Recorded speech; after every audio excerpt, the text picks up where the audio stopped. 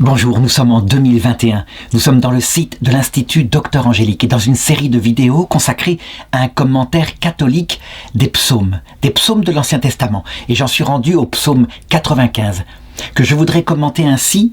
C'est un psaume de louange à Dieu, venant de tout notre cœur pour l'exercice triple de sa royauté. Un exercice qui se fait non seulement sur sa création, mais sur nous, pauvres pécheurs en train de marcher vers la rédemption, et même sur l'enfer, ce royaume qui semble pourtant avoir résisté à toutes les choses qu'il a fait pour essayer de sauver les damnés. Alors voilà comment commence ce psaume. Il n'a pas de nom d'auteur. De qui est-il? On ne sait pas. Venez, crions de joie pour le Seigneur.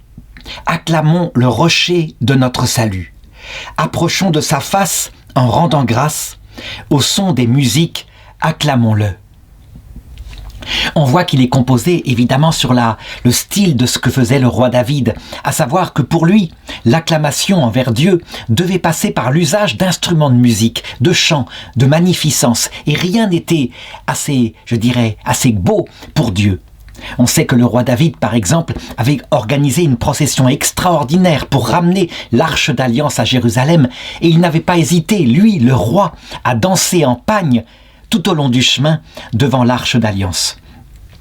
Quand il dit, ce psaume, que Dieu est notre rocher et notre salut, on peut dire que tout de même, il y a véritablement quelque chose qui est au sommet dans les trois exercices de la royauté que je vais décrire, à savoir plus que la création et la grandeur que Dieu y manifeste, son intelligence, sa puissance.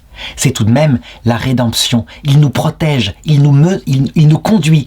Il nous conduit comme un troupeau vers le salut. Et ça, c'est source d'action de grâce en ce moment. Alors, le premier exercice de la royauté de Dieu, je l'ai dit, c'est en tant que créateur. Mais avant d'aborder ce verset 3, je voudrais dire quelque chose.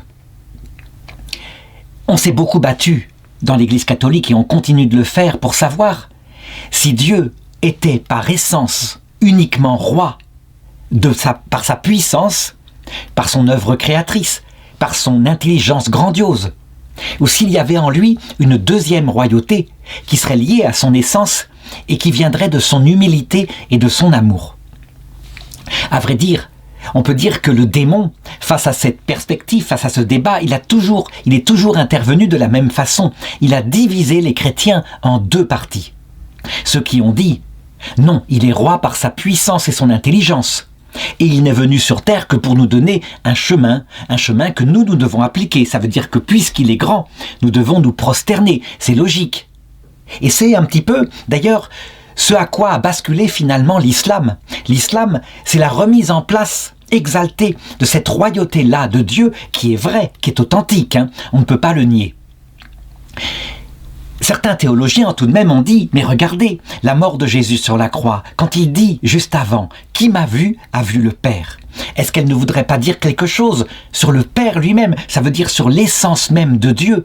Est-ce que ce n'est pas l'essence même de Dieu qui est roi, c'est-à-dire qui est première, par l'humilité, par l'amour, puisque Dieu lui-même meurt sur la croix et pas d'une mort normale, une mort d'esclave. Et ensuite, il a lavé les pieds de ses disciples avant, il a bien expliqué les choses. Ça a été source de débat pendant des siècles, et la scolastique, en particulier saint Thomas d'Aquin, a toujours dit « On ne peut pas attribuer à l'essence de Dieu un concept qui comprendrait un abaissement, comme l'humilité. L'humilité, se faire tout petit, se faire tout bas. Ça veut dire que, en fait, cet abaissement qu'a fait Dieu, c'était pour nous sauver. Mais Dieu lui-même n'est pas, dans sa Trinité, dans une relation de petitesse. On sait maintenant que, manifestement, il faut dire autre chose, que le cœur du Christ qui est percé, d'où il sort du sang, qui est son amour, et de l'eau, qui est l'humilité, elle concerne l'essence divine. Et voilà comment de grands théologiens au XXe siècle ont réussi à le comprendre. Certes, il n'y a pas d'abaissement de soi en Dieu, mais il y a exaltation de l'autre. Et c'est la même chose finalement, mais de cette façon-là, on échappe à la critique de saint Thomas d'Aquin. On peut voir vraiment que le Christ le dit par rapport au Père. Le Père est plus grand que moi. Et si on disait comme ça à quelqu'un qui connaît bien la théologie, le Père est plus grand que Jésus, il dirait mais c'est faux. L'essence du Père et l'essence divine de Jésus sont de même nature, sont absolument identiques en puissance, en noblesse, en éternité. Et on aurait raison, c'est tous les dogmes du Concile de Nicée. En réalité, c'est dans la relation que le Père a envers le Fils et le Fils a envers le Père qu'il y a un abaissement. À savoir que le Fils dit « Je ne suis que par toi, mon Père », et c'est vrai, le nom même de Fils le signifie. Il n'y a pas de Fils s'il n'y a pas le Père avant. Mais il n'y a pas non plus de Père si le Père n'a pas de Fils. Et donc le Père dit la même chose. Je l'ai exalté, je l'exalterai encore. À chaque fois que le Père a parlé dans l'Évangile, c'est ça qu'il a dit à son Fils. Et donc, on peut repérer dans la Trinité une constante et perpétuelle exaltation par chaque personne de l'autre au-dessus d'elle-même. Et le Saint-Esprit ne fait que ça pour le Père et le Fils. Et cette chose est la nature même de Dieu, au point que, quand nous nous abaissons nous-mêmes devant Dieu, que nous arrivons tout humble et tout amour, il nous élève, non pas à son niveau pour une simple amitié, mais comme le ferait un époux pour son épouse, au-dessus de lui-même. Il nous confie toutes les missions, et il le dit en Saint Jean, « Vous ferez des œuvres plus grandes que celles que j'ai faites. » Chose qui fait tiquer, je l'ai dit, les protestants, qui disent « Mais qui pourrait faire plus grand que Dieu ?» Ben, personne, évidemment, ça vient de Dieu. C'est Dieu qui nous donne toute la puissance pour que nous en disposions et que nous fassions du bien sur la terre, plus que lui-même a fait. C'est ça, l'humilité de Dieu. Et donc, Dieu est roi, Dieu est le plus grand au ciel, selon deux façons. D'abord, par sa puissance et son intelligence, et deuxièmement, par son humilité et son amour. La Vierge Marie est plus petite que Dieu, sur ce rapport-là. Mais Dieu l'a fait reine de son cœur parce que, justement, elle s'est abaissée, et ce sera notre cas aussi. Alors, une fois que j'ai dit ça, eh bien voilà comment on peut louer les trois exercices de la royauté de Dieu. D'abord, eh bien, sa royauté, véritablement par sa puissance. Verset 3. Car c'est un Dieu grand que Yahvé, un roi grand par-dessus tous les dieux. En sa main sont les creux de la terre, et les hauts des montagnes sont à lui. À lui la mer, c'est lui qui l'a faite. La terre ferme, ses mains l'ont façonnée.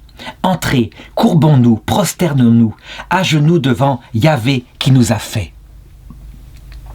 Cette royauté-là, que les musulmans exaltent, c'est leur religion. Dieu est grand, nous ne pouvons que nous prosterner devant lui. Cette royauté-là est une vérité, vraiment. Ils ne sont pas dans l'erreur lorsqu'ils adorent Dieu comme le tout grand, le tout puissant, celui qui a créé l'univers. Et lorsqu'ils disent « Il est roi, grand, au-dessus de tous les dieux ».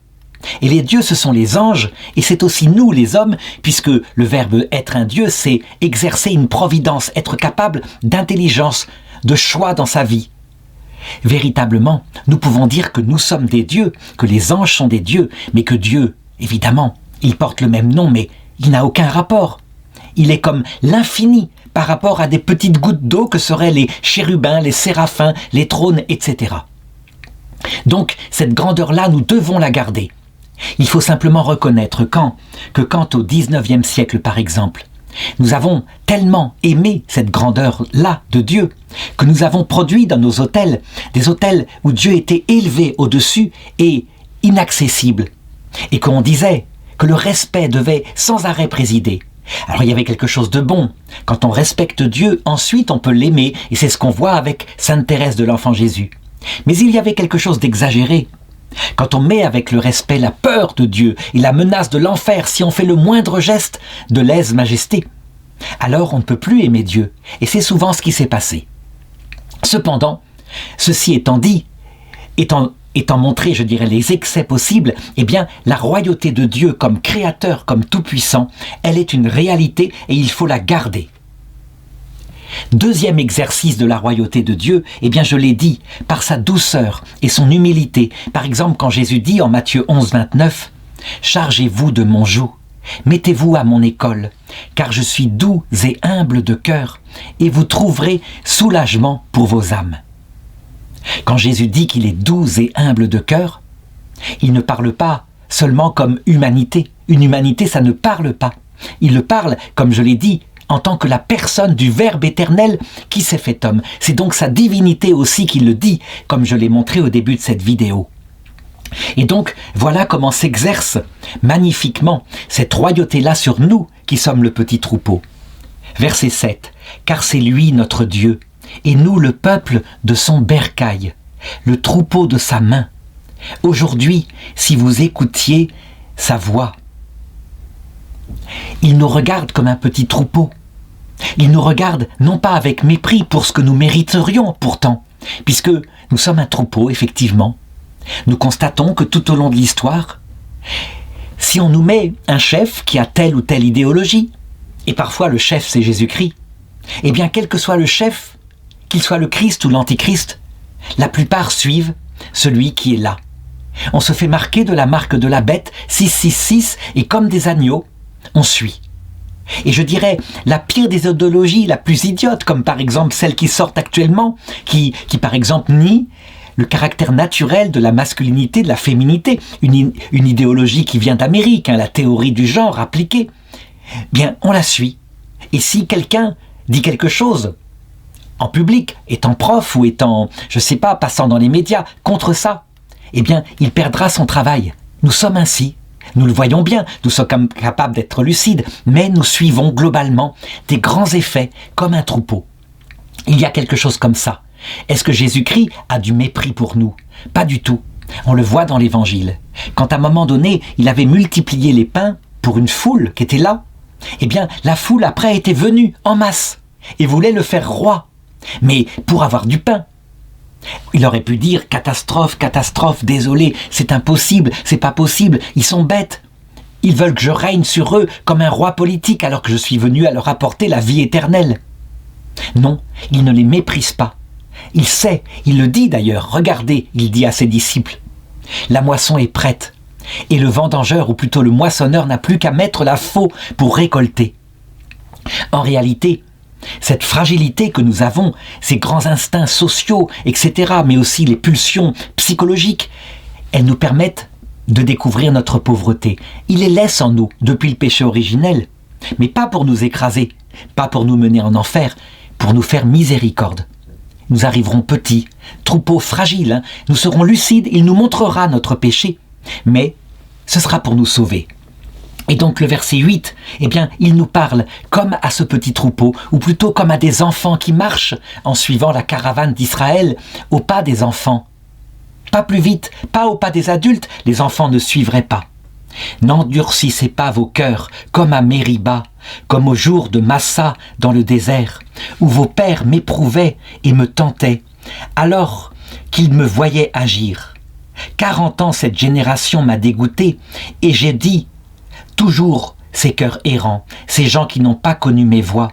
Alors j'ai juré en ma colère, jamais ils ne parviendront dans mon royaume. Cette troisième partie du psaume, on pourrait dire, qui commence à n'endurcissez pas votre cœur, c'est la troisième forme d'exercice de la royauté de Dieu.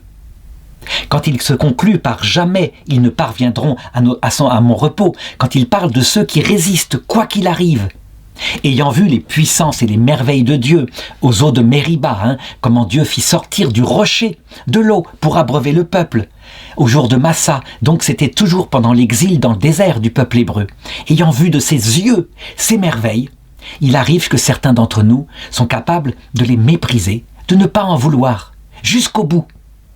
Et ça, c'est quelque chose de stupéfiant. Quelque chose qui se produira pour certains d'entre nous lorsque nous serons face aux merveilles absolument visibles de Dieu lors de l'apparition du Christ, lorsqu'il viendra nous chercher. Certains, dit Sainte Faustine, mépriseront sa venue.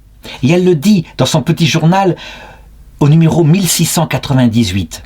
Elle dit ceci, « Horreur, il y a aussi des âmes qui volontairement et consciemment. » Donc la volonté, c'est la maîtrise de soi. La conscience, c'est la lucidité. Il y a des âmes qui rejettent cette grâce et la dédaignent.